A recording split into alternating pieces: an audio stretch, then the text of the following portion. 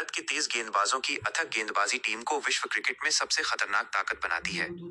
ICC विश्व cup में श्रीलंका पर भारत की शानदार जीत ने यह साबित कर दिया है कि मेजबान देश इस विश्व कप में सबसे प्रभावशाली टीम बनकर उभरा है। बेहतरीन बल्लेबाजी और शानदार तेज गेंदबाजी के दम पर भारत ने इस तरह अपनी श्रेष्ठता स्थापित की है कि ये 1970 और 1980 के दशक की वेस्ट इंडीज टीमों की याद दिलाती है। गिल, कोहली और श्रेयस अय्यर की शानदार बल्लेबाजी की बदौलत भारत ने 357 रनों का विशाल स्कोर खड़ा किया, लेकिन शमी, सिराज और बुमराह की लगातार तेज गेंदबाजी ने वेस्ट इंडीज के बल्लेबाजों को मात्र 55 रनों पर ऑल आउट कर दिया। क्लाइव लॉयड की वेस्ट इंडीज की टीम कई साल पहले ठीक इसी तरह खेला करती थी। Gordon Greenidge, Desmond Haynes, Clive Lloyd और विव रिचर्ड्स एक विशाल स्कोर खड़ा करते थे और फिर तेज गेंदबाज यानी होल्डिंग, मार्शल, रॉबर्ट्स और गार्नर विरोधी बल्लेबाजी क्रम को मक्खन में चाकू की तरह ध्वस्त कर देते थे। भारत के पास अब सर्वश्रेष्ठ तेज गेंदबाजी आक्रमण है। भारत के पास अब तक का सबसे बेहतरीन तेज गेंदबाजी आक्रमण है। 1930 के दशक में मोहम्मद नासिर, अमर सिंह और रामजी जैसे गेंदबाज थे। इसके बाद कपिल देव के आने तक भारत में अच्छे तेज गेंदबाजों की कमी रही।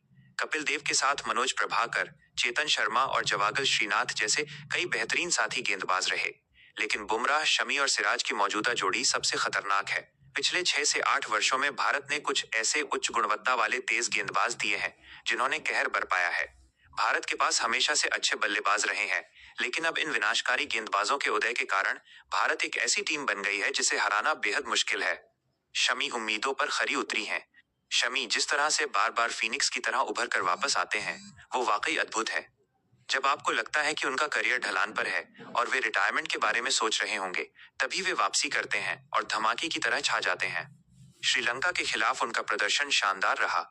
उन्होंने आक्रमण की अगुवाई करते हुए 18 रन देकर 5 विकेट लिए और विश्व कप मैचों में भारत के लिए सबसे अधिक विकेट लेने वाले गेंदबाज बन गए। उन्होंने जहीर खान और जवागल श्रीनाथ का रिकॉर्ड तोड़ दिया, जो पहले संयुक्त रूप से इस रिकॉर्ड को कायम रखे हुए थे। अपने करियर की शुरुआत में शमी ने ऑस्ट्रेलिया में 153 किलोमीटर घंटा की रफ्तार से दौड़कर सनसनी मचा दी थी। 150 किलोमीटर घंटा से ऊपर की रफ्तार बेहद खतरनाक होती है, खासकर अगर इसे नियंत्रित लंबाई और लाइन के साथ जोड़ा जाए।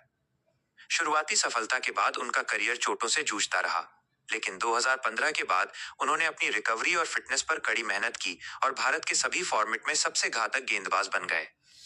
आजकल वे बेहद अनुभवी तेज गेंदबाज हैं। वे हर बार पूरी रफ्तार से गेंदबाजी नहीं करते, वे सिर्फ कुछ खास मौकों पर ही गेंद को तेज गति से फेंकते हैं। डेनिस लिली, रिचर्ड हैडली और एंडी रॉबर्ट्स जैसे दिग्गज तेज गेंदबाज भी ऐसा ही करते थे। सिराज परिपक्व हो गया है। सिराज ने भी सराहनीय ढंग से परिपक्वता हासिल की है। किसी भी खेल में केवल ताकत और सहन शक्ति से ही सफलता नहीं मिलती, बल्कि दिमाग का इस्तेमाल करना पड़ता है। कोच हर बात नहीं समझा सकता और खिलाड़ी को यह समझना होता है कि अलग अलग परिस्थितियों में और अलग अलग विरोधियों के खिलाफ क्या करना चाहिए। जिस तरह से सिराज ने श्रीलंका के शीर्ष क्रम के बल्लेबाजों यानी करुणारत्ने, कुशल मेंडिस और समर विक्रमा को आउट किया, उससे पता चलता है कि वो अपनी बुद्धि का सही इस्तेमाल कर रहे हैं। उनकी हर विकेट मेहनत से हासिल की गई थी। बुमराह को विशेषज्ञों से प्रशंसा मिल रही है। जसप्रीत बुमराह की बात करें तो उनकी प्रतिभा पर कोई संदेह नहीं है। वसीम अकरम के अनुसार बुमराह के पास इन दिनों विश्व क्रिकेट के तेज गेंदबाजों में सबसे प्रभावी यॉर्कर है। बुमराह की प्रशंसा करने वाले एक अन्य महान व्यक्तित्व डेनिस लिली हैं। इस प्रसिद्ध ऑस्ट्रेलियाई खिलाड़ी के अनुसार बुमराह का गेंदबाजी करने का तरीका लिली को उनके पूर्व साथी खिलाड़ी खतरनाक जेफ थॉमसन की याद दिलाता है। कुल मिलाकर देखा जाए तो भारत विश्व कप के इस संस्करण को जीतने की राह पर अग्रसर दिख रहा है, लेकिन दक्षिण अफ्रीका सबसे बड़ी बाधा साबित हो सकता है।